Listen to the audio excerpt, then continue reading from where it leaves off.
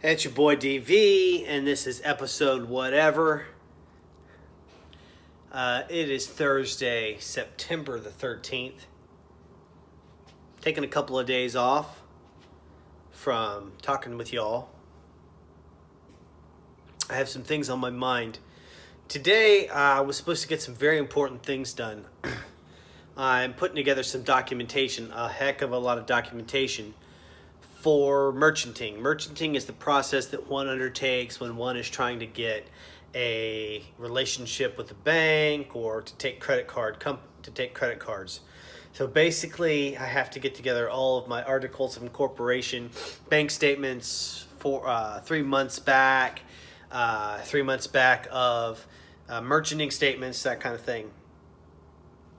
Fill out a questionnaire, basically dot all the I's and cross all the T's. They want it all. So I was supposed to get that done. I'm sending that information in so my business can get moving forward with a new merchant. And hopefully we can get out from under our old merchant. So if you are doing Shopify or if you're doing any kind of e-com, you're probably familiar with Stripe. If you're just getting started out with merchanting and you don't have a relationship with a bank, you're probably using Square. I've used Square in the past. I've definitely used Stripe in the past for Shopify, that kind of thing. Obviously, you can take PayPal payments and whatever. Nice thing is Zelle. They have Zelle and they have, what's the other one? Venmo. I've taken payments with Venmo. So those are both good. But right now I have a relationship with the bank. I'm getting my merchanting for pretty cheap, which is nice. You know, I get to keep more of my money instead of sharing it with those other entities. So here's what I want to say about goals. I have all my goals for the day written down. I have them written down on a sheet of paper every morning. I review it. I write it down. Things I didn't get done yesterday obviously get imported onto today's list, and then anything else I need to get done gets imported on today's list. Today is kind of a strange day for me because I essentially got a lot less done than I normally do. I took my calls, did the nuts and bolts stuff that I have to do for my daily job, but I didn't actually accomplish a whole lot, like CEO wise, from the perspective of somebody who's supposed to be doing CEO moves, financial officer, operations officer, executive officer moves, things like this. So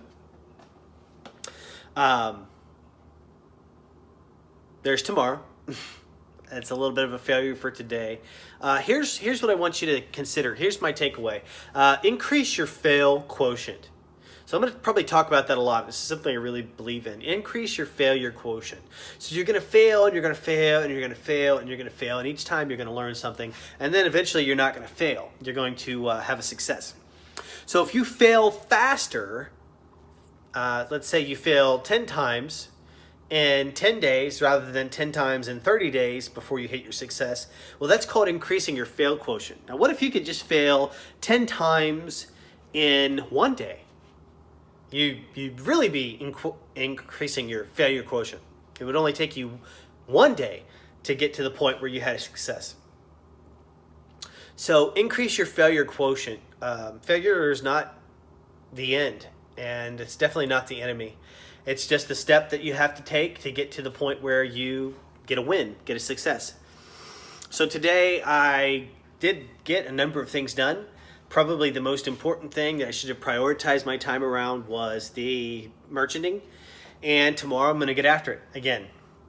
So, not going to dwell on my failures. Also, not going to pat myself on the back for these successes. These are the things that you have to do. These are the kinds of moves that you have to make. These are the kind of hoops that you have to jump. These are the kinds of phases that you have to kind of let yourself move through, walk through, until you find yourself into a successful place.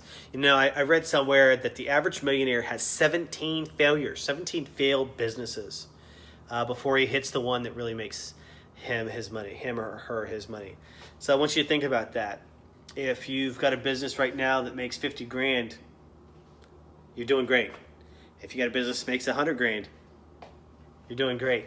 150, 200, 300.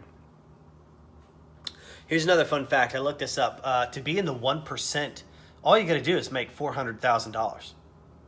$400,000 a year puts you for across the average. It puts you in the 1% in America. So it's a good short term. It's a good short term goal.